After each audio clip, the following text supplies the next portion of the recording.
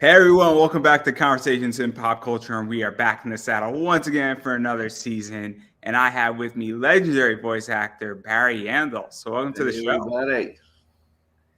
Oh man, Honored to be here. Thanks for inviting me, Andrew. yeah, no, I am very excited. I am very excited because there are roles that I know you from that I grew up watching you. Uh, Yogi from Full Metal Alchemist, Mr. Tuban Clay, Bob from Fairytail, William Spears from Black Butler, and a few others that I promised we were going to get to. But before we get into all of that, I am curious how you got into voice acting because you've been doing it for a good 20 plus years at this point. that's right. Well, I will share with you, and I always treat that question if it's the first time anybody's hearing it. I've probably said it about 2,800 times at this point. So if you want the really detailed version, there are interviews all over the interwebs that you can watch. But for your show, I will give you the answer. Before I start, I have a favorite. Hold on. You know that cough drop over there? We found. Would you bring it to me? I've got a little tickle in my throat. So the story goes, and I'm incredibly proud of it because in the arts, a lot of time it's cutthroat, and there's just a lot of evil and mean people out there in the world. But I'm happy to share that I worked like a dog to become an actor, stage and screen, mainly stage. Be jealous of me. I was like gifted my career as a voice actor, but it came from helping a friend. So I think the universe rewarded me. So here's the way the story goes.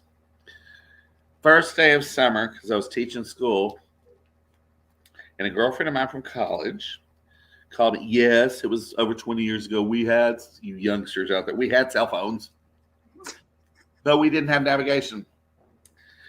And she called me in a panic. She does film and stage and stuff, and one of the top agents in Dallas. And she goes, Barry, I'm so glad you answered. I was driving home to start my summer, baby. And she goes, my agent got me an audition for this place called Funimation, and I I can't find it. And I knew you grew up in the area. And could you help me? Do you know where it is? I said, I don't. Meet me in the parking lot of Kentucky Fried Chicken. I'm not kidding you.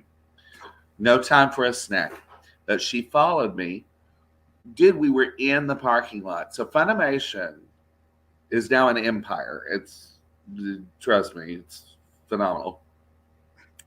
But in the early days, it was on two floors of a bank building. And they had a couple little boxes we stood in. I mean, we're talking mom and pop beginner studio. And again, now it's an empire owned by Sony. Um, so we were in the parking lot. Of course, she couldn't get me on the phone. If y'all want to call Crunchyroll, it's like, okay, you might have better luck having someone answer at the White House. Um, but somehow she got someone on the phone and she pulled up next to me and she goes, they said they've had a cancellation and they'll still see me. And I went, oh, that's great. Hey, what about me? Well, I had not really done any voice act. I'd done a little. I was the voice of a roller coaster at Six Flags Over Texas. I was the voice of a penguin for a Neiman Marcus Christmas show. And I did a voiceover, like a commercial voiceover for Terry Bradshaw for his ranch, only because I taught his kids. So I really didn't have a lot of experience. But she goes, oh, thank you. My friend is here with me. He's a professional actor. He was wondering if you got to cancel. Oh. She said, they said no. Well, I went anyway. Now I'm not nervous. I auditioned on Broadway. I have to purposely work up nerves, but I was nervous. And I walked in very professional with my card, gave it to the receptionist, said, my name is Barry Yandell. If you get a cancellation, I'd love to. I said, I'll be outside in my car. And I was poor, so I wouldn't have been running the air conditioner. And this is like June in Texas. So if they would have had a cancellation, I would have come in sweating and all red, like, hi, I want to be a voice actor. And he said, so you've heard of your big break. This was my big break.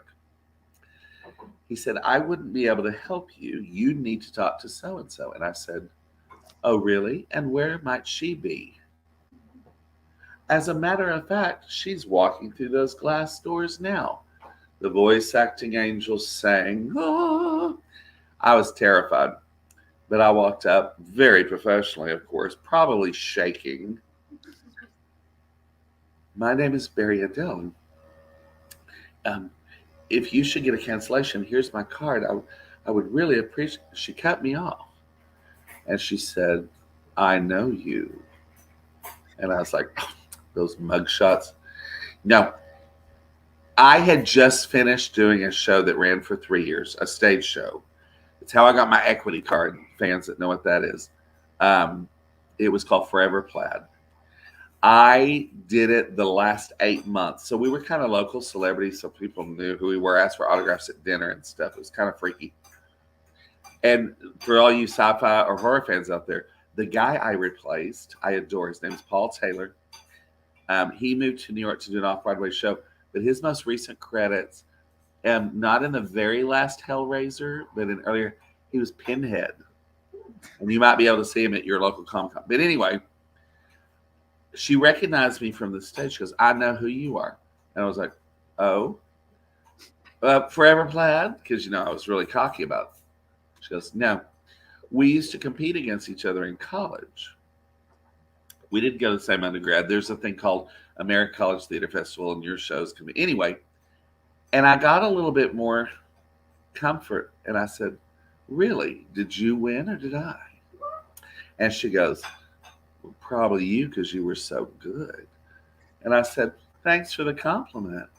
If you really believe that, if you get a cancellation, is there any way I can get an audition, please? She goes, oh, please. I know what you can do. You don't need a cancellation. Follow me. So she took me back into the room with all the wannabes, and my friend's face lit up like, and then kind of like, wait a minute, how'd you get back here? I don't remember what happened that evening. They read me for something. And then they would call me back over the next 3 to 5 months. I would lay down my voice for something. Nothing happened. Patience, guys, patience. And it's kind of fun, and it was close to where my parents lived and kind of where I lived. And then one night they called me in, and they introduced me to the director who looked like he was 12. I was like, great. Christopher Bevins, he's a very successful actor and director who lives in LA now. But, and they read me for this villain. Okay, fans, full disclosure, I have not seen most of my work. It's not because I don't think my shows are beautiful. I love to hear my character voices. I hate my real Texas twang. I have never been officially diagnosed with ADHD or medicated, and you probably have already sensed, you will by the end of this, I am poster child. But I hadn't watched them. But anyway, fans, I know, but I'm proud of it. My very first role ever was a villain named Doll Taki who turned people into dolls on a show, I know, called Dragon Ball GT. I know. A few of you out there love it. Most of you hate it. I don't care. It jump-started my career. And so then this is before social media, and the fans apparently liked me. They call me in, got a little bump in pay. I was fine with what I was getting. Plus, it was fun. And then I do not say this lightly. I say this with blessed gratitude. I don't really audition for my roles at Crunchyroll or Okratron. Now, I'm just called in. Occasionally, I will, but they just know that I'm professional. I do what they want. I follow direction well. In fact, I learned at a recent panel where all the Spy Family, that's my latest hit show. For those of you that are fans, you're looking elegant today. But I found out I was the only actor. And I didn't know it until I was on a panel with all the big ones, Anya and whatever. And the director said the only actor that did not audition for this role was Barry Yandell for Headmaster Henderson, because we saw the character and we said nobody else could play this part. So I'm very, very fortunate. That's even though it was long, that's the Reader's Digest version. I was handed my career as a voice actor. And every once in a while, I'll forget how fortunate I am because work becomes work. And I'll go into the booth and I'll remind myself, you are so fortunate to be, because going to Crunchyroll like now is like going to Walmart. But I remind myself it's a very special, truly enchanted place. And I'm very fortunate. So the fans out there, thank you so much. Y'all don't know how much you mean to us. If you meet us at a con and you're complimentary, you probably think we're like, oh, yes. And maybe some voice actors are. But most of them, I know, we really are very appreciative of your love. Your time. So I want to dive into some of your roles because obviously, I mean, you have a lot of them, and I want to start with two that are a little bit off the beaten path. And one of them's early, and it's Initial D because I know you're the narrator in Initial D, and I love cars. I love car racing. I like anything that has a motor in it. I don't know if it's in my DNA, but I know you're the narrator in that. I know you were for the entire first stage, and then I think for the second stage too, and that's an old one. And that's kind of an interesting role because I don't know how much acting goes into narration, but it's very important to that show. Yeah. Well, I love that you said that. And you're right. It was a long time ago. And I did it at this little satellite studio way out of the way. It wasn't actually at Funimation, which it was at the time. And it reminded me, it was special to me because growing up, I'm old. I'm not as old as people think I am. I will be 55 in July, but I keep getting offered senior citizen discounts for 65 or older. Okay. I don't color my hair. I don't wear contacts, and I'm getting fat. But you know what? As a voice actor, it doesn't matter. I have a face for radio. Nobody cares what I look like. Except for people that are fans of William T. Spears. And I know when they meet me, they're like, oh, that's not what I had in mind. It's my only sexy nerd I get to play. Initial D. It reminded me of the only anime I really remember growing up on. I didn't know it was anime at the time, Speed Racer. Maybe there was Thundercats or something like that. I don't know. And it's funny because it's one of those roles that I didn't really remember. Okay. People are like, you were on Tokyo Ghoul? I'm like, okay, yeah, I think so. I don't remember. It's not like Bon Clay or William T. Spears. I just got back this weekend from Minnesota. And a year ago in Minnesota, this guy came up, just this lovely guy, with an Initial D shirt. And he goes, and I went, whoa, I haven't thought about that for years. He goes, it's my favorite. I am now his ringtone on his phone. When he gets a call, you hear Initial D. And I'm not going to say this. I hope I don't come across as crass, but it's funny. Initial D is all in Japanese, except the guy says, please, I don't mean this rude at all, but it's funny. He goes, Initial D. So I turned that into Initial D. And I usually was, I think, correct me, right before we broke for commercial or whatever, and I think I narrated a little. Dude, that has been so long ago. But thank you for the love of it. I'm honored that you love cars so much that you love my Initial D, which I am not known for, except for a couple of people. So thank you. It's an old one. It's an old one. It is an old one. It's off the beaten path, but a lot of people have been in it, and a lot of legendary voice actors have been in that show. It's a crazy. Let me ask you this. Speaking of little known, I always forget my login because I can watch for free, but I watched this show. Sorry, Crunchyroll, I'm giving away your secrets. I watched the entire series. It was like 12 episodes on YouTube for free. Maybe with ads. Have you heard of SSSS Gridman? I do know of SS Gridman. The fans call it Gridman or Quad. Ooh, boy, are you handy. Originally, the live action voiced by Tim Curry.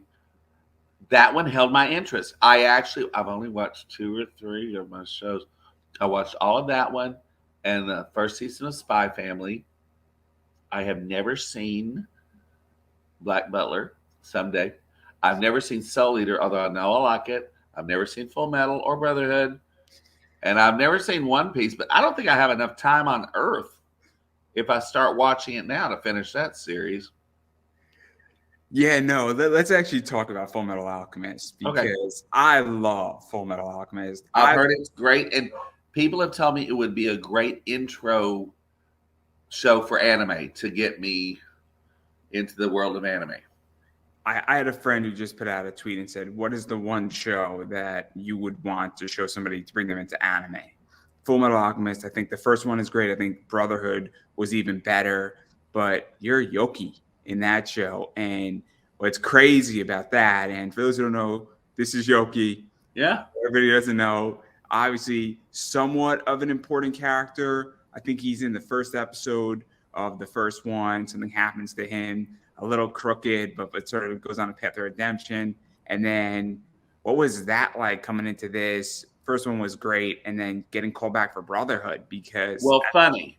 First of all, you hit on something great, which is what I love so much about Bon Clay. I love characters that have an arc that start as villains and then they become friends and then they sacrifice or whatever. So, which clearly Bon Clay, and I'll tell you later, the tears and Impel Down don't were ruin written. it. Don't I know, ruin it. stop it. So, Yoki, I don't ever watch this stuff. I finished FMA.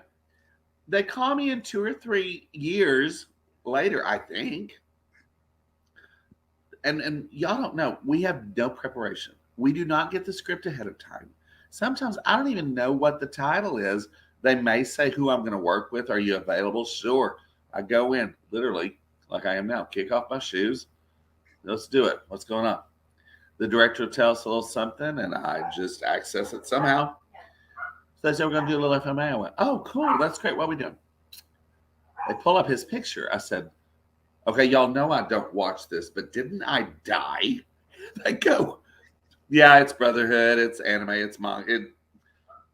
You're still alive. I was like, well, me, Lazarus, and Jesus. I was like, okay, I've been resurrected from the dead. So that's why Yoki is special to me. And then even to get to reprise the role, because I know they brought a lot of people back for Brotherhood, but some people I think aged out of their roles. And then also certain characters I think were either eliminated or didn't exist. And so that had to be dealt with. But even to come back into that show and then to do it the regular edition and then to have it more traditional to the manga and have it have, I guess be an even better effect than the first time it was shown. And what was that like? Because it's a very cool thing, especially considering that the first one wasn't that far off from the second one as far as time and obviously working is working. And so that's the other thing too that's probably nice as well. You know what? I would love to give you a fabulous, really detailed, interesting answer for that.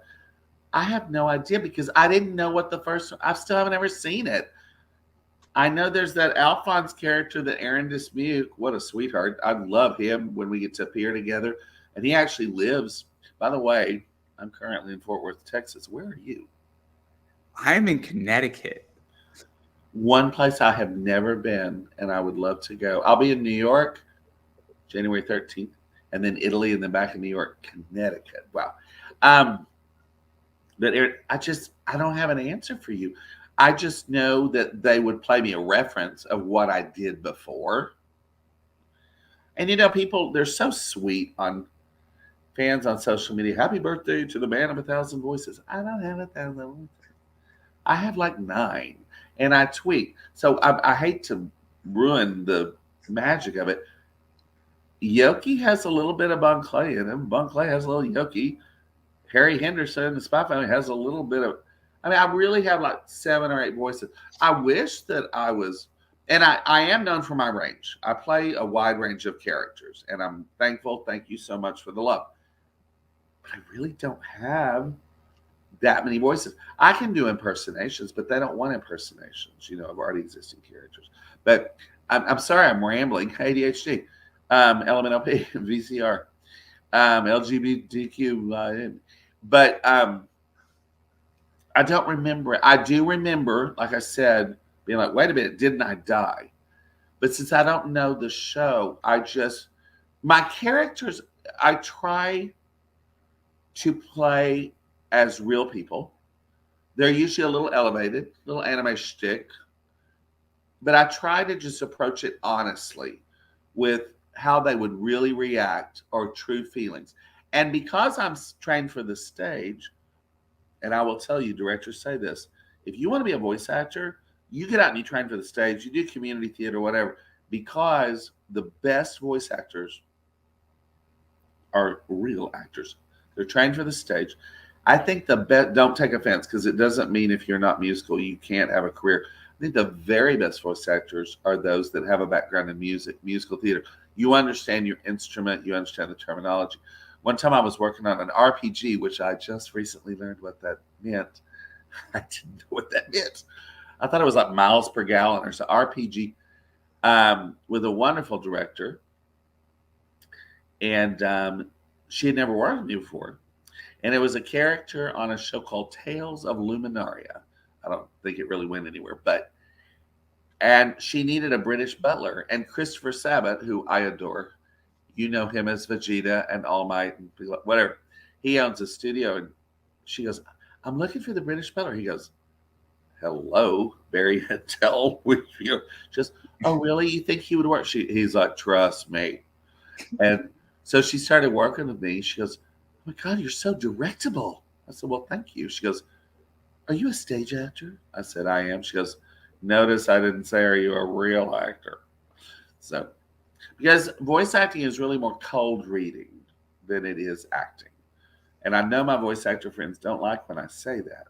But if I'm for stage, if I'm going to play Sweeney Todd, I am Sweeney Todd for 2 weeks before opening. People don't like to be around me because I be in character.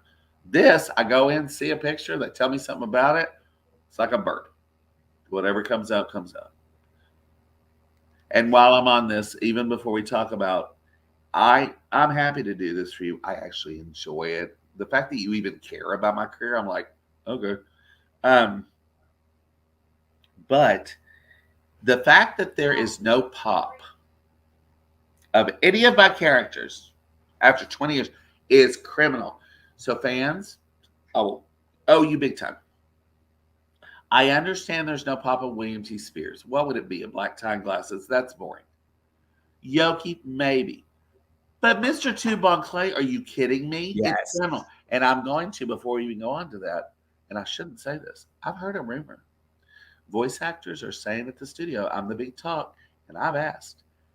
And after 15 years or whatever, I've heard that I may be returning as Mr. Two Bon Clay. But don't tell anybody, it'll just be our little secret. Wouldn't that be amazing? And if I don't get a pop after that, y'all don't realize a pop changes a voice actor's life.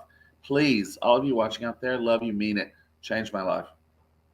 I need a pop. Me and Daniel Ba were speaking about that with Jim Bay and his pop coming in. It was a big deal. And then legitimately like two days after that interview came out, the pop was announced. And I'm like, your career changes even more than money, which is nice, but it changes your life. And the fact that I've got friends that have like 5 and 6, and I don't have one, I don't get jealous or envious much. I am. So contact Funko Pop and tell them shame on them. I have hordes of people that are taking on that responsibility because of their love for me. So do that. So let's actually talk about Mr. Two Bon Clay because I love Mr. Two Bon Clay. Thank you, as do I. He's such an enjoyer. You know what? Yes, I created his voice, but it's like another person. It's like it's not me. And I have watched some scenes with him. I do love him.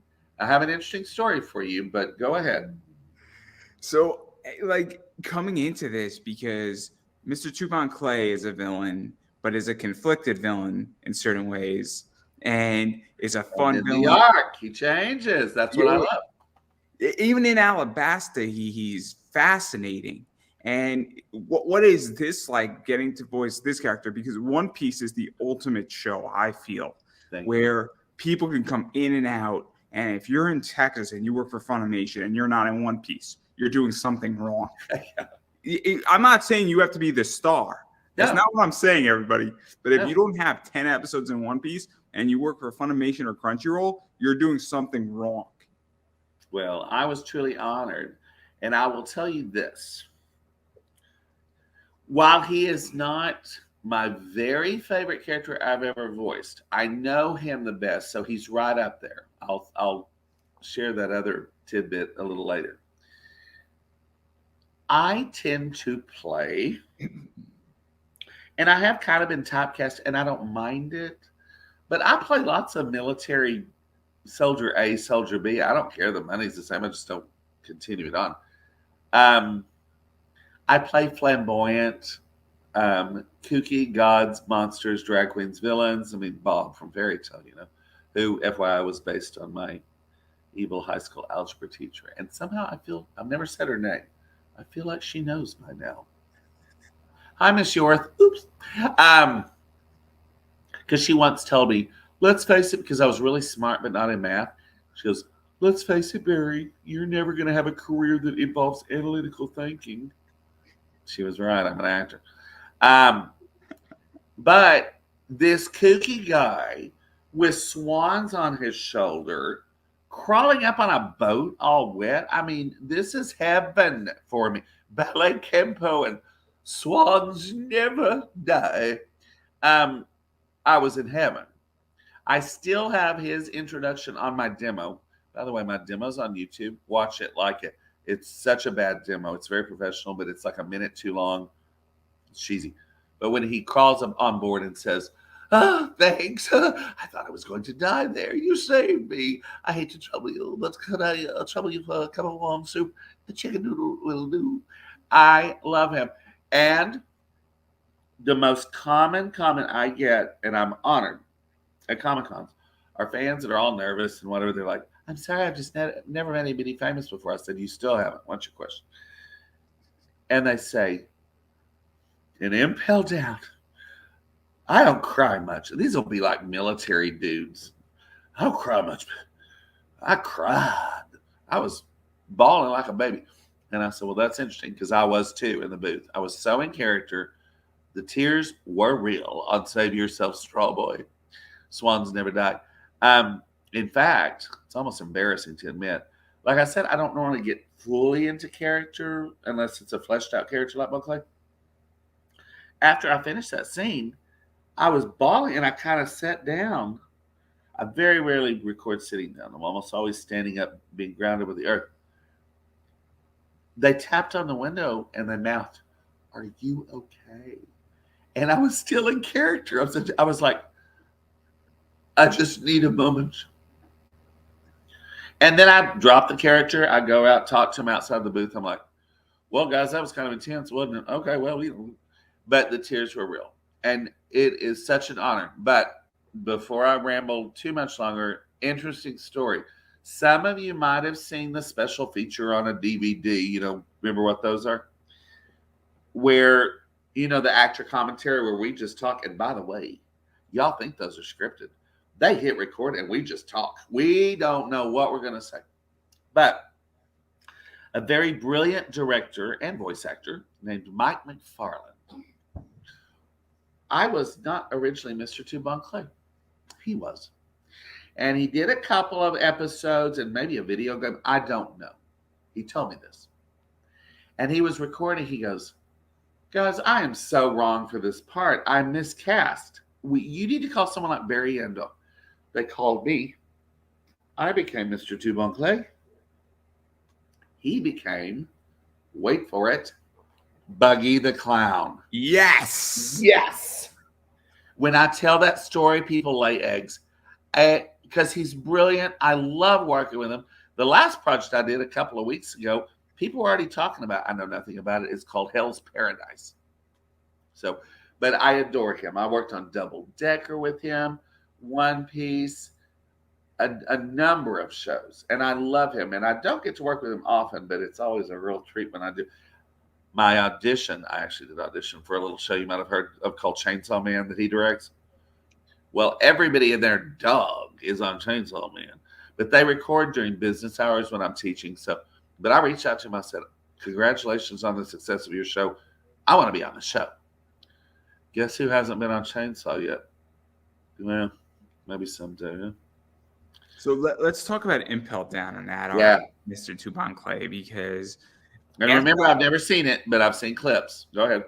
but you know the whole intensity of it, where Mr. Tubon Clay leaves after Alabasta. The Straw Hats move on to a bunch of different things. And in One Piece, I guess the rule is that if a character doesn't die on screen, they are either dead or they're not. It's unknown, and you don't know when they're going to come back. And so, what was that like, where you find out that you're back and now you're in prison and you're in the middle of staging a breakout to some degree? Yeah. It's and A lot it's of people, intention, right? a lot of people assumed I was dead. And I think for a while, I assumed, I don't remember, do I go off in the snow or, I don't know. At one scene, I go off in the snow. I don't know if it's in Built, I don't know. But it was, this sounds so cheesy, but most of my characters, I don't get to know so well. Even though we didn't know if he was dead or not, I went through a period of mourning. Because since I wasn't voicing him anymore, he was dead to me. And that's, I know most people are like, big deal. It is a big deal. I had to say goodbye to him. So I'm not that into anime, but when I found out,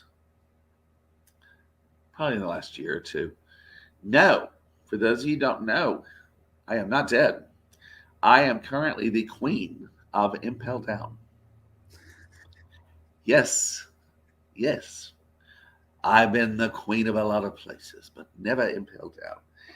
And like I said, I hope I don't get in trouble for this, because there's a lot of non-disclosure. But then if you Crunchyroll, if you don't want me to talk about this, then fill me in.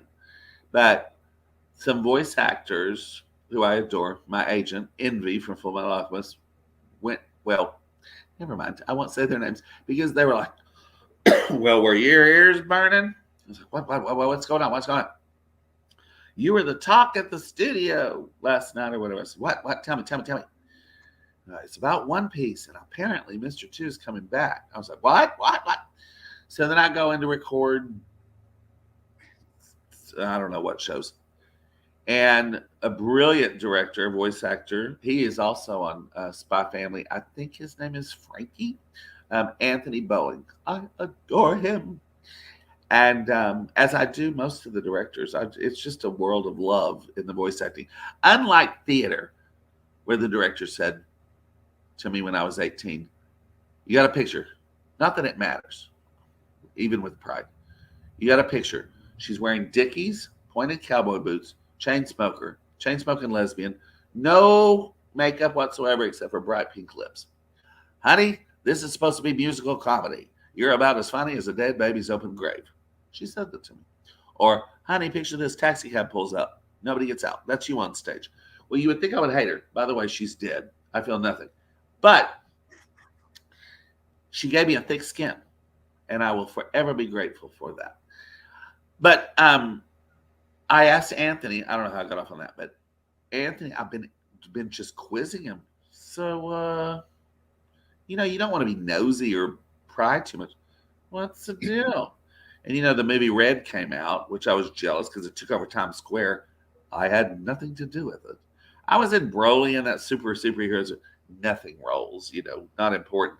I don't get invited to the premiere. I think it's an orange carpet premiere in LA or whatever. I'm not that important. Maybe someday you'll get someone really important on your show, but I want to know. So apparently what I can piece together is not real soon, like there's another arc or something, but then maybe the next one. And those that follow the manga know more. Apparently I'm coming back, which I think would be huge for my career, and the fans would love it after 15 or however many years ago I originally voiced him. And if he doesn't get a pop by then, well, look out. You better watch your backs, Funko. Let's actually talk about Alabasta. I had John Swayze on a little while ago, and Alabasta is sort of a big deal right now in One Piece because the game just came out maybe 3 months ago where the Straw Hats go revisit what happened in Alabasta. And it's a big deal, and I bought the game not for the game, but because it had a cool statue attached to it. I know. I'm like the anti-video game guy. But totally worth $120 for the statue. And the game is a good time too, but the statue is worth more. What is the statue of? It's Luffy and one of like the characters, and it's just a really cool statue. And it's the type of thing that I want, that I know that in 3-4 years from now, somebody's gonna want it, and they're gonna be like, "Oh, you got that? That's cool." So, By the way, Luffy, Colleen Clinkenbeard, is just lovely. She was my director for a couple of shows, but I'm not on the series of My Hero, but I'm in the second movie called Two Heroes. And I didn't remember my character was like the main villain, and the plot turned on him when I went to the premiere. But I adore her, and she's so sweet to me. Now, she has a reputation, I don't know if you'll see this, Colin, as being one of the pickiest directors. She's very precise. She cares about you fans. She wants it to be perfect. And while the average actor might get a little frustrated, I take it as a badge of honor that she just wants to make me my best. I have not worked with her in years. Well, since Two Heroes, I guess. She mainly works during business hours when I'm teaching, but someday soon. So if you're a fan of Luffy, know that Colleen Clinkenbeard is lovely as a human being, as well as being a wonderful character. But it's just big that Alabasta's big, and obviously Von Clay's associated with Alabasta and Impel Down and a bunch of other stuff. And obviously, I mean, this character is loved in One Piece in so many ways. And what is that like for you? And I know you haven't seen all of One Piece, but you've seen clips of your character. And I will tell you, I'll tell you a little bit of what it's like for me. And y'all might think that it would make me cocky. It's very humbling. It's truly very humbling when people come up and say, I made them cry, I'm their favorite, whatever. It's very humbling. But one time, I think I was in West Virginia. And these are moments that actors live for. Yeah, it seems kind of cocky, but it doesn't cost me anything. I can change someone's life. So I'm in West Virginia. And I try to walk around the little exhibition just to get a taste of it. I can't always because of timing issues. I decided to walk around. And I heard this young man go into a vendor, kind of walk into this little maze. And I overheard him saying, do you have any figurines of Mr. Tubon Clay? And they said, oh, no, we don't. Which, by the way, not many do. I think some of them might be illegal or something. I'm going to figure out the stats on it, see if I can market them myself, because it would make me. It'd pay a lot of bills. There's the love for One Piece and Mr. Two. And they told him no. He goes, oh, okay, I'll just move on. And I said, excuse me. He's like, yes. A little taken aback. I said, I heard you were asking for a figurine of Bon Clay or whatever. I said, you like One Piece? You like Mr. Two Bon Clay? He goes, oh, I love him. There's lots of noise out on my street. I love him, whatever. I said, have you ever met the voice actor of Mr. Two Bon Clay? He goes, no, I would die to. I said, how do you do? My name is Barry. And he was like, what? I said, this is weird, but I happen to be the voice actor for Mr. Two Bon Clay. And he didn't believe me, I don't think, until I said, swans never die. And he was freaking out. And it made me so happy. I didn't make a bit. And you know that normally there's costs for selfies and stuff. It turned into an autograph selfie. Said he called his friends over. I bet I spent 5 minutes on a photo shoot with him. Didn't make a dime. Didn't charge me a dime. It's moments like those that are truly special. Yeah, it makes us feel important and good, but it's actually very humbling that someone cares that much about your work, So whoever you are in West Virginia, I don't remember your name. Thank you I gave you a gift, but it really was a gift to me. Yeah, no, I think it's very important, which that I make an argument that you need to, I guess, protect the community and encourage goodwill, because I come from the world that if I didn't watch anime legally and I didn't support anime legally, it wouldn't exist. and this wouldn't get made. And I think it's a real issue sometimes in business. I have a lot of friends in comics, I have a lot of friends in cosplay, professional wrestling, and I think they forget that their fans are their bloodline. And that I'm not saying you have to give everything away for free. That's not what I'm No. saying. But you also have to understand that you need a little bit of a healthy balance. Yeah.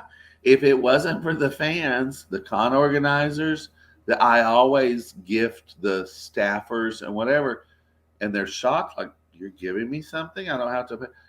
But I say, you know what? If it wasn't for you, and especially the fans, I would not have this life. So I think I can honestly say that while a lot of my theater and film friends are not as loving and whatever and forget and think that they're a much bigger deal than they are, voice actors realize we're not Keanu Reeves. I think most of us have really good hearts and are appreciative, very approachable. Don't you dare be nervous to talk to. I mean, everybody has a bad day. If I'm walking down the hall of a hotel and I'm on the phone and I look stressed, maybe it's not the best time to be, hey, love Bug Clay, or want to interact with me. But as far as my table, come up to my table. You don't have to spend money. Just ask me questions. Now, if a line develops, they're going to hand me money. Step to the side, be courteous, and you can stand there for an hour if you want to ask me questions. But I think that most voice actors are very appreciative of fans, and we realize what you just said. Were it not for those people, we would, I don't know, be working in a deli or something. And then I do want to back out of Bon Clay and briefly Yeah. touch upon Bob. Uh-huh. I love Bob. I do too, and there's a lot of love for Bob. I think I have one more left. I had bright pink canvas tote bags of Bob. But like I told you before, based on my algebra teacher, because I didn't want to go typical, I'm going to do my totally gay voice, whatever. I just got to put him up in my head, and he's just, even though she was kind of evil, he's really sweet and nice. Very nice So, in so many ways. And just I do love him. I have magnets and pins and prints of him. So, yeah, I have a love for Bob. Fairytail is just another beast of a show. It's just I another. heard it's brilliant, and I need to watch it. I remember filming the final episode, and Bob was not there, so I was just voices at a party. And if you knew, because for Wallace sessions means with all actors, they stack our voices for like crowd noises, and I don't tend to be really inappropriate, but I said a few little inappropriate phrases because you can't hear. And Sonny Strait was there. You know him as Krillin. And I would turn to him and just say these really, just little off color statements, and he'd go. But once they mix them together, I guess if you're techno and you're really smart and had some way of separating those voices, you would hear some really interesting things that I said, not as Bob, just as a party guest. So many things I could say. But I'm going to table my inappropriateness for the time being. Well, I'm not going to tell you exactly what I said, but it involves some drugstore items and ointments for both men and women, and some especially for women. Okay, Vagisil and Ritz crackers, and I forget what else, but anyway. Hi, students. Yeah, I can be inappropriate too. Whoops, lost my teaching job. Listen, if I lose a teaching job or saying the word Vagisil, it was meant to be. And then I want to dive into another role that a lot of people know you for, but they're probably shocked when they see it because you already mentioned it. And this is Black Butler. And I think you've done like 4 seasons of this, which is and a couple of movies. Yeah, it's a crazy show. It's a great show. This is not what I think people expected when they see the voice actor. No, it's the one sexy nerd I get to play. I've got the nerd down. We're still working on the sexy. I'll tell you something interesting. Ian Sinclair, you know him, Space Dandy, and He's brilliant. He directed me, and we had never met. And he called me in, and he goes, he was so sweet. He was like, I can't believe we've never met. Love your work, blah, blah, blah. And he said, so let me tell you about this. This show's going to be huge. And I went, great. And he goes, it's called Black Butler. And I went, what? I thought, I don't know that I can do this show. It sounded politically incorrect. It just didn't sound like something I wanted to be a part of. And then he explained, I was like, oh, okay, yeah. Well, he goes, please don't be offended if we don't go with you. It has to be perfect for the character. And we're auditioning a lot of people, so don't be offended. By the way, we're paying you to audition. I was like, y'all, that never happens. I was like, well, thanks. I guess had I been a major anime fan, I'd be so upset if I didn't get the role. I didn't, whatever. So he goes, he told me something about the character. He goes, just go ahead in the booth and here's the guy. Just give me a couple of lines. I was like, okay. My name is William T. Spears. I'm your instructor to guide you, mold you. Should you have any questions, feel free to. And he goes, oh, yeah, you're William. All right, let's just go ahead and start recording. Now, I'm surprised because of my repertoire that I was not cast as Grell. I mean, can't you see me, Von Clash, as Grell? But I wasn't, and I'm very thrilled because I love showing range. I could be sexy semi-villain, anyway. But little interesting thing for the fans, little known.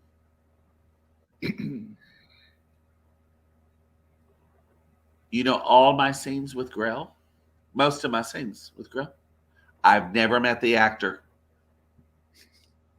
Never. I think his name is Daniel Frederick. He's like disappeared. I've never met him. Because we record, separately, right? Yeah, what is that like? Because I obviously know, and I think a lot of people know that voice acting is a very, individual thing, and then it's put together, and either you go first, and then it's put for the other person, they go first, or you alternate. But because I've heard things where people didn't even know somebody was that voice actor or actress, and they're kind of like, oh, you're that person, and you're on my team. It's kind of a crazy thing. But what is that like that you've never met the person Grell, even though you're working on this show for? We have these scenes together. You think that we hang out together? Would you find my metal prints? Well, at first it's very strange because we work off a beep system. So I'll hear 3 beeps and I'll know to start speaking where the imaginary 4th beep would be, but it doesn't exist. So I'll take a deep breath on the 3rd beep. So I either record to the other actor who's already recorded, or I will record to silence. That takes a little getting used to if you're used to the stage or screen. Well, screen, sometimes you record to silence with some pickups or whatever. But, usually there's someone there you're playing the scene with. Although I've been on stage with some people and you would think that I wasn't there because they looked right through me and they won't look me in the eye. It's a bad sign of insecurity and a bad actor, but I won't mention any names, and some of them are dead. So, but it is sometimes challenging to play to silence. Yeah. And people will be like, oh, I'm such a fan of so-and-so and so-and-so. What does she like to work with? I'm like, I don't think, I might have passed by her in the hallway at the studio. I don't think I've ever met her. But she played your daughter. What's your point? I have to remind myself, y'all don't know all that. Yeah. I've played opposite people I have never met. Or I'll meet them like 4 years later at a con. I'll be like, oh, we were like my agent, Wendy, who, is Envy off of The Alchemist. I watched a scene from One Piece, and she is, I think the scene we're in, she's maybe named Miss Merry Christmas. I don't know. And we have a whole scene together. We never even realized it. And I said, did you know? She goes, didn't know that. And that's probably like 14 years later.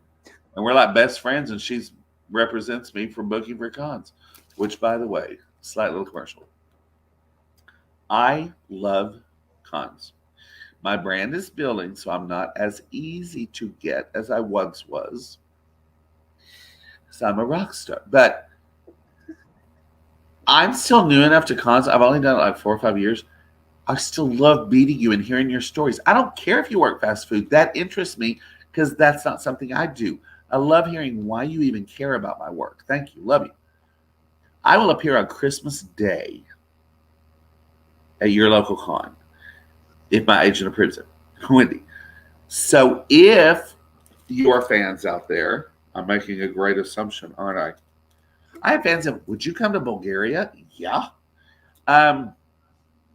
If you would like for me to appear at your local con, y'all have little bitty states up there. I live in a country. You have to drive 10 hours for a year in another state. But y'all can just pop on over. Oh, let's go to Boston. Let's go to New Hampshire. Anyway, I will appear. If you want to meet me, I want to meet you. Here's how you do it. This is how you do it. I'm showing my age.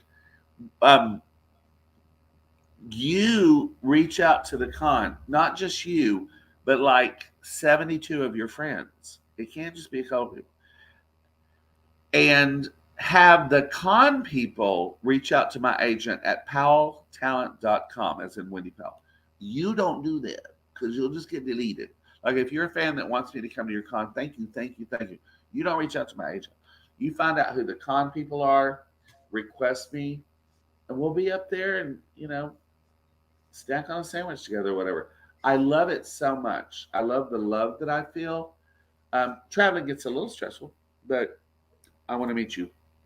Love to come to Connecticut. Connecticon, isn't it like that? Something like that? Yeah, that's in Stanford, and then there's Terrificon. Oh, well, I feel terrific. So, yeah, get me there. Okay, I'll let you have your show back. Oh, I do want to show you this. Funny story before we leave William T. Spears. So what's funny, I've never met Grell. I'm actually kind of friends. J. Michael Tatum plays Sebastian, and he directed me before I knew that he was a voice actor. Anyway, a couple of years ago, we're at the studio, and we're chatting. He's such a great guy. And he said, Barry, and unlike me, he does not have a face for radio. The fans know. He's very attractive. And his husband, my God. Anyway, I digress. Didn't Brina Palencia introduce him to his husband? What? Brina Palencia, from my understanding, introduced him to his husband. I would not be surprised. That's another name I adore. She's brilliantly talented. She had to musically direct me. We had never worked before, even though we were on Black Butler together. She had to musically direct me at the end of the final scene in Black Clover, and I had to sing in Japanese. And I sing, but I don't speak Japanese. But she's got it out of me. I adore her. She's a talented musician. And, of course, a CL. She's just candy, But he goes, Barry, they ship our characters, don't you? I didn't know what that meant. I said, what does that mean? Does it involve a boat? And he explained they put us in relationships, whatever. I was like, oh, well, hey, it's J. Michael Tatum. It could be worse. I decided to jump on the bandwagon and ship myself. So you come to, this is great of Henderson. It's a metal prep. You come to a Comic-Con. Of course, there's William. It's metal. It's gorgeous. But check this out. Shipping myself.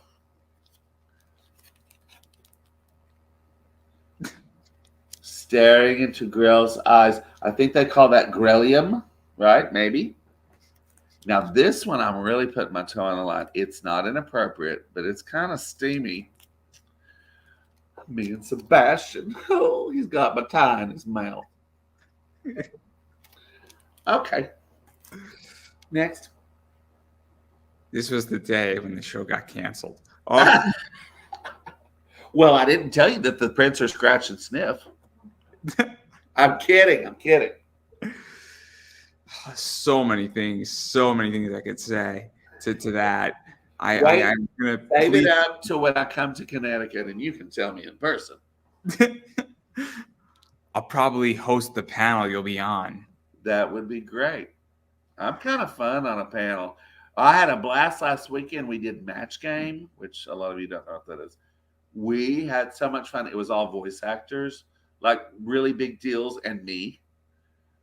I'd always dreamed as a child of hearing boom, boom, ba-dun-dun-dun-dun-dun. Ladies and gentlemen, welcome.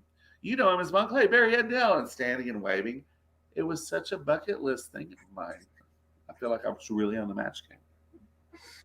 Oh my gosh, so many things I could say. So many things I could say. All I want to do is just drop this in there. Oh, That's old. That's like Code Geass. it looks familiar. I don't even remember. That was Code Geass, Akito, like the Exile, as like Galliford or Freud. But it's not important. It's not important. I just know that because I'm a Code Geass fan. So I'm like one of those kids that just knows it. But I digress. Well, another one that people, it's not as known, but they're super fans. Black Clover, but also Dwarf Shaman from Goblin Slayer. I know I heard about the first episode. I wasn't on it and I didn't see it. Yeah, there's some big fans of that one. And I'm real proud of that work. That's a great show. That's a great show. And the movie, we did a movie of it too. Very controversial, that show, because of the first episode. But only because of the first episode. I think it settled down after that, didn't it?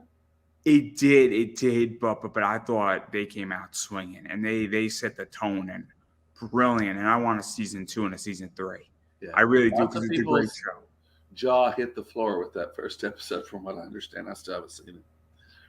Yeah. Such a good show. And then we got to talk about Dragon Ball, because obviously you were in GT, but then you've been in a bunch of other stuff with Dragon Ball, in and out. I think you've been in Dragon Ball Kai as a bunch of different characters. I think you were Mori. Yeah. And you were a bunch of other characters. And also on the video game DBZ Kakarot, I was Elder Mori.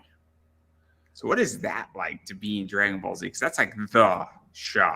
Like, that's the pinnacle. And those are the true OGs. You know, the lovely Stephanie Neldani. You'll see her at con. She's everywhere, and I love her. She's Kid Goku, you know. And then, like I said, Vegeta and Krillin, which are just brilliant actor, directors, and human beings. Christopher Sabat, I worship. He does a great impersonation of me. I do one of him too, but here's the deal. That Vegeta All Might voice, that's his natural speaking voice, and I'm so jealous. That's the way he talks in real life. So I've sent Tabitha, how are we doing on paper towels and toilet paper? And then I'm like, he does impersonation of me. He goes, this guy is so great. By the way, if you want to watch a beautiful movie, and it is free on YouTube with ads, it's called Jiangxia, Jiang space Ziya. It is like a Chinese, not Japanese, Pixar film. I'm so creepy, and it is beautiful. Tia Ballard was my director. It stars Ian Sinclair, Christopher Bell, Lucy Christian, Monica Rial. I mean, it's like a superstar award-winning cast. And me, I'm so creepy. But when I went in to work on it, Tia Ballard, who you know is Happy the Cat, she's like, I'm so excited to be our villain. This is such a beautiful movie. And I'm like, oh, you anime people think everything's so beautiful. They pulled it. It's beautiful. I'm so creepy. Oh, Brina Palencia, I think is that. Oh, no, Lucy Christian. Lucy Christian is the lead girl. But Christopher Sabat was doing an interview about that movie. He goes, and then there's this other gentleman. He's an older gentleman. I looked it up. I'm 5 years older than Chris. I've just been rode hard and put up with. He goes, and he cannot take it back. We're putting it on my website because I said, you cannot take this back. He goes, probably the finest character actor in all of Funimation. Really? Thanks. He goes, and it's so funny because on the street, you'll hear him say, My name's Barry Yandell. I just love being a voice actor, and it's so much fun. He goes, and then he gets in the booth. He's like, I will kill you. So I take that as a compliment because that means I'm a good actor. I can become someone else and fake you out. I'm not that impressed with Christopher Sabat. That's his natural, beautiful, rich voice. So he just speaks. He's not working as hard as I am. Anyway, I don't remember where we were going with that. I had an ADH moment. Except, Jiang Xia. Seriously, why it is so gorgeous. It held my attention, and that's hard to do. I did want to share with you, even though you were going to ask about it. People used to say, "What's your favorite character you ever voiced?" And I couldn't decide. I did the old thing. Well, they're like your children. One's a bull. I have a favorite. I'm very close to Bun Clay, and he's very special. If you know of a show that I haven't seen, I am going to watch this though, called Soul Eater. The favorite. It's not my biggest character, but I voiced the It's a little character, the right? little red demon. It's little, but I never impersonate people for my characters, but I channel them. For Black Clover, Gifts, so I didn't mean to channel Carol Channing. Look her up. She's gone now, but you won't know who she is, half of you. But she kind of sounds like this, and I didn't mean to do that. But the director goes, I love it. I said, I didn't mean to, but I think I channeled Carol Channing, who I've met before, and she's lovely, was lovely. So for this character, I channeled two actors. One, you will not know who she is. Mercedes McCambridge. She was nominated for an Oscar for her work on the movie Giant, but she's best known as voicing the character of Pazuzu in The Exorcist. You know, the one that says, "It's a wonderful day for an exorcism." And then I channeled her along with one of my favorite actors, Burgess Meredith, known for Twilight Zone, Rocky, Grumpy Old Men, but most notably, he played the Penguin on the Batman TV series. So the two of them blended is how I came up with this rich character, so multifaceted, because he's a little scary, a little funny, a little sexy, a little creepy, whatever. When he says, swing, swing, swing, the jazz is so much more appropriate at nighttime. So that's my favorite. Although I've really fallen in love with Spy Family Harry Henderson. Let's talk about that. The elegance. Yes, you're so quick on the draw. Everything So- must be out. And when he freaks out and starts bouncing around like Daffy Duck, going, oh, elegant, elegant, oh, elegant. I do like that. Yeah, so what is that like? Because Spy Family is just taking things over, for lack of a better word. It's a really popular show. I actually have not seen it yet. It's on my docket, but it's just been pushed aside. Well, it's cute. Every once in a while, it'll go a little heavy, a little dark, but it's very family friendly, and it's just cute. And the actors are brilliant on it. I think I told you earlier, I was the only actor who did not audition for that role. They just knew it was me, and I'm honored by that. But it held my attention, and he's so snooty and so fabulous.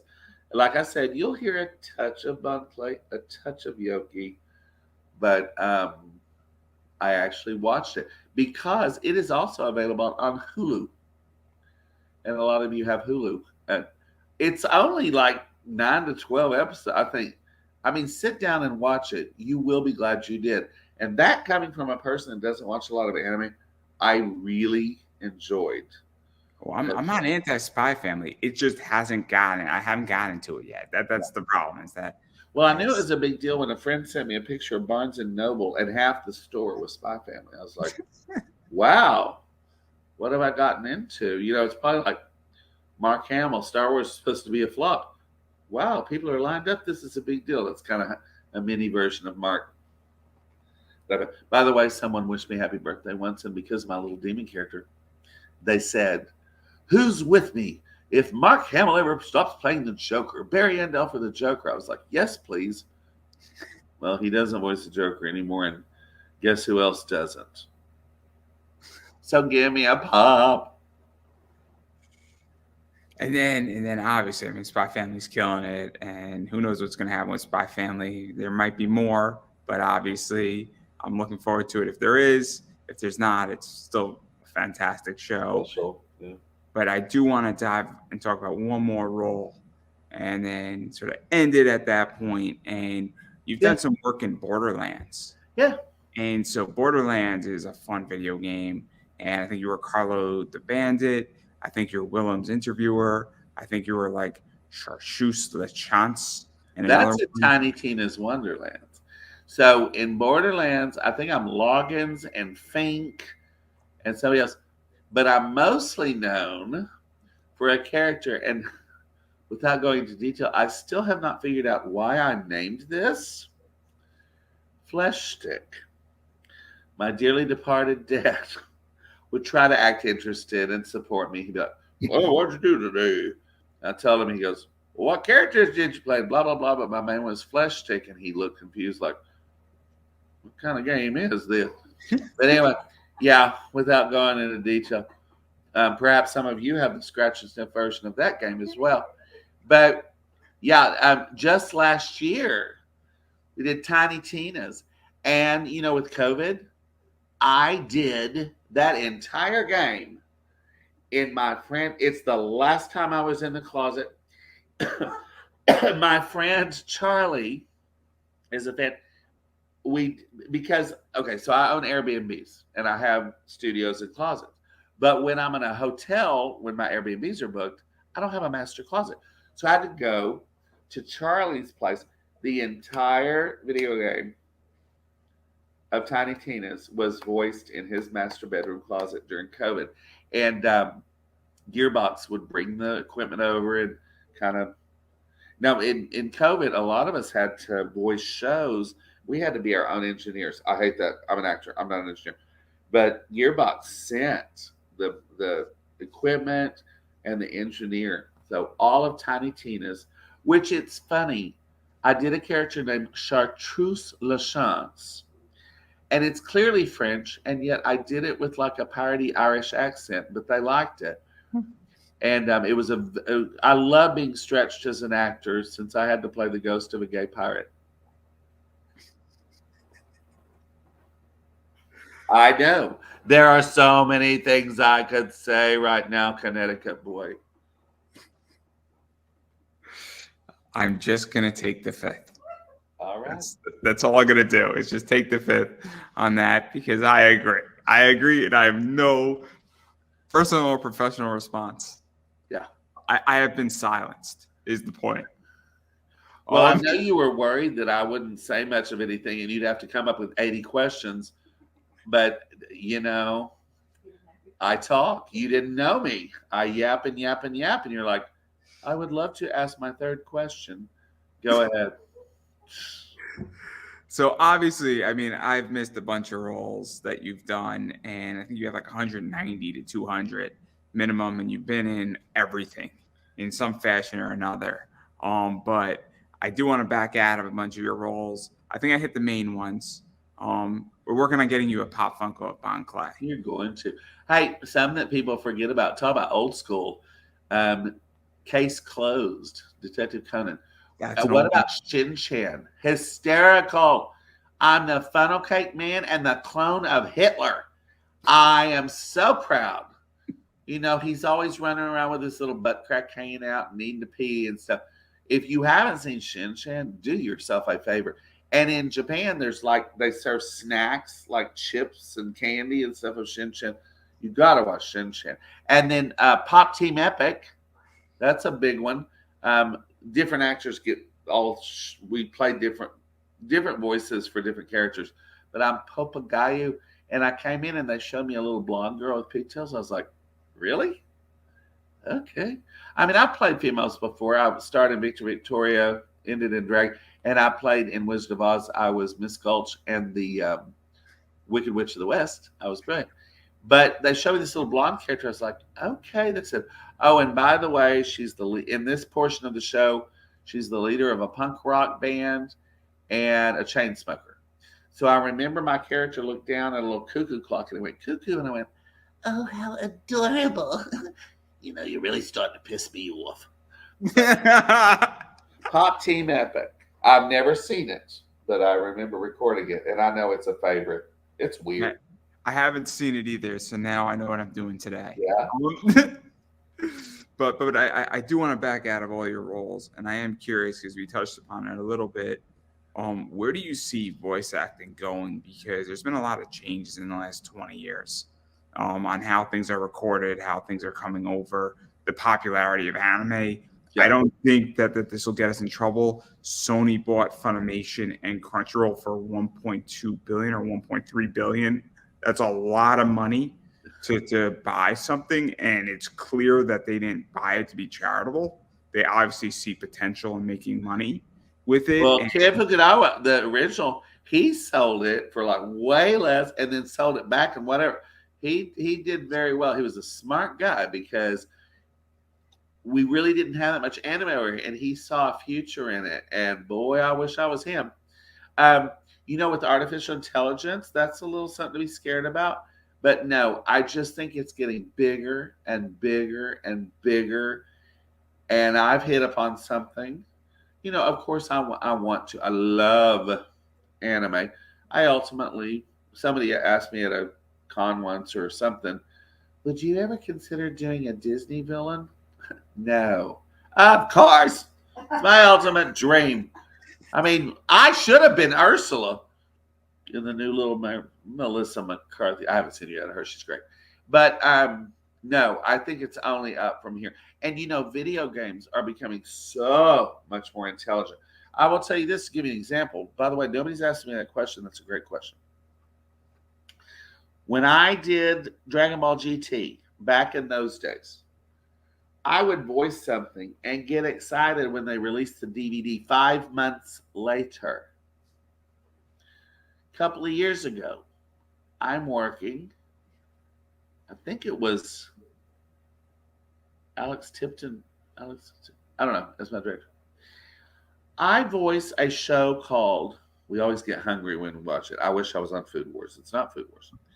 It was Restaurant to Another World. great show. Oh, Great show. Thank you. I love that show. It's Thank so good. Thank It's you. so good. Chris Sabat is so good in that show. He's brilliant. But anyway, thank you very much. I haven't seen But it. continue. And I voiced on like a Thursday night, okay? Probably like 6 or 7 o'clock Thursday. The following Monday, they had me back in to voice. Now remember, in the old days, 5-6 months. I walk in, and the director's so sweet. She goes, "Oh, you're back. I love your character. And by the way, the fans think your character is charming." I went, "Oh, wait, how do they know?" She goes, "Oh, you weren't aware? You voice, and 2 days later, it streams." I had to pick my teeth up off the floor. I was like, "What? 2 days?" I said, "Didn't it used to be like?" She goes, "Months." She goes, "Yeah, 2 days later." And I know with Spy Family, someone had said, "Oh, I saw Spy Family." I said, "Oh, what episode was it?" He said, "It was the one where you're the dodgeball or whatever." I said, "Are you kidding? I think I did that last week." What? So, yeah, as technology improves, yeah, I think we've got a good life ahead of us, at least before I die. I don't see that anime is going to be like, "Oh, that's so good. That's so 2020." But I hope not, because I want to just get bigger and better. And again, it would let the fans down, and I look out for my fan. I want y'all to be happy. So, and I know there's stuff. People are really nice to me. I've never had that bad of reviews. Oh, someone might say like, "Oh, I much prefer the sub actor to Barry Yandell," and I'm like, "That's great. That's your opinion. I don't get my feelings hurt." But more often than that, I hear lots of praise, and I'm not gonna lie. I get a big head. Feels pretty good. But I think, I don't think it sounds good. I am good at what I do. Am I the best out there? Probably not. Lots of people better. But I'm proud of the work that I do, and it honors me that y'all even care. So please keep caring, and I'll come and meet you in your at your local con. Well, I'll request for ConnecticCon. Please. So I think it'll be fun. It'll be amazing as soon as you get your Pop Funko, so we can all get it signed. Um, Well, I'll but take you out for a drink, and you'll tell me all the things you were holding back on sale. I'm holding back nothing. I'm holding back nothing. But I digress. But obviously, I'm very appreciative that you're on my show. Just want to say that big fan of Yoki, Honor. big fan of Bon Clay. Enjoy Bob as well as Black Butler. Some of the stuff I haven't seen yet that you're in, but obviously I'm gonna go check it out as soon as I make room on my docket. A lot of good shows are out there, guys. I'm sorry. But I do want to give you a chance to promote yourself. So where can people Thank you. find you, bother you, hit you up, get your metal prints if they can't meet you at a con, check Yeah. out what you're doing, watch anime legally, do something else that's supportive. I don't know. I'm out of Well, ideas. no, I so appreciate that because promotion is a lot of important to our career, and because I don't want to be caught, I fail to do it a lot of times. So thanks for the reminder. Um, don't request follow me on Facebook. I get political and stuff. Follow me on Instagram. It's about pedicures, sushi, Broadway, voice acting, Comic Cons, massage, and The world. stuff that matters in life, right? Yeah, the importance. And it's just Barry Yandell, no spaces, all over Barry Yandell. Now there is, if you feel so inclined, there's some sweet groups that have done I think fans of Barry Yandell or Barry Yandell fan club or something like that. Feel free, but I don't. I guess you just put that. I don't know because I didn't start it. Please contact Funko Pop for a Bun Clay thing. I think I've mentioned that a couple of times earlier. My website has been under construction for about 2.5 years, and it has not been finalized yet. I would love to get some prints or metal prints in your hands. I don't really have an easy way for you to do it online. Um, if you're really interested, contact me on Instagram. I'd probably have to tack like $5 onto it for shipping, especially the metal prints. But if you're really interested, I don't know for sure when this is airing. Or is this live? What is this? We're live. We're live. Oh, hi, everybody. We're live. I'm leaving June 13th for New York. Then I'll be in Italy, back in New York, and then Boston and Cape Cod. Not far from you. Connecticut's not far. I'm going to be, dude, Andrew, I'm not kidding. I'm going to be I'm not going to say where, but I'm going to be in Manhattan. And aside from Broadway shows, I mean, it's not that far of a little train ride from you. You ought to contact me and we can meet for a snack, or at least karaoke. I want to hear you sing I Feel Pretty, and I'll join in. If you reach out to me, there is a chance maybe we could Venmo and I could send you that or whatever. But if not, the best way is just have me at your city and we can do it live and in person and meet and autograph and have a grand old time. I don't do Twitter, even before the evil people all took over. I had a problem with it. I was just like, never mind. Instagram's best. Keep watching. You can always mail fan letters to Crunchyroll. All my friends get them. I don't get them very often, and I feel like a loser. So help with my mental state. But yeah, keep watching. I'm hoping to be on Chainsaw Man soon, even if I'm townsperson number 3 that gets my nose chopped off. Anything else? I think I promoted enough. I've already told you. Powell Talent, but not you, the fans, the con organizers. But if you'll reach out to your con, like lots of you, not just 1 or 2 of you, they are interested in having people that you want there. And I'm hoping and praying that you're not lying to me, that you really want me to see. I'm a lot of fun at cons. I'm very approachable, lots of fun. So let's do that. Let's meet. And then since it's my show, I'm going to promote myself briefly. Obviously, I appreciate people supporting you and doing what you're doing, and that's super important. I can't reiterate that enough. That if you like something, you need to support it. And supporting is not just economics, but it's also following on social media, sharing out, requesting, watching anime legally is a big one. Just collectively, or any media getting it legally is a big deal right now. And then as far as I'm concerned about me, obviously I am Pop Anime Comics on Twitter, Instagram, Facebook. You can find me on Facebook and you can request to friend me. Depending on who you are, I may or may not accept you. It's nothing personal. It's beyond that. No, joking. But seriously, also YouTube, it's Pop Anime Comics. I really appreciate when people interact with me on social media. It makes a big difference and it matters. I also have a T-shirt up there. It's making fun of Gundam. So if you want to buy my T-shirt, it's on Redbubble, 17 different colors. But again, nobody needs to do anything, and that helps support this show. So that's everything that I got going on with that. And that's pretty much everything that I got going on. Again, I appreciate when people actually support the show and share it out, because that's really what matters to me. And yeah, and I guarantee you, and I always say this, is I also have 500 interviews up on YouTube. So there's an interview for everyone on my channel, from cosplayers to wrestlers to voice actors to comic creators and writers and a bunch of other people. I have had a crypto expert on my show. So you name it, I've had everybody on my show. But I digress right there. And I'm going to give you the final word. Well, just sincerest thanks. It's an honor to. Sometimes it's hard to catch me. I stay pretty busy, but you gave me plenty of notice. I thank you for that. Again, it's humbling. It's an honor anytime y'all take an interest in my work. It kind of validates me and makes me feel a little bit more successful. Kind of makes my day.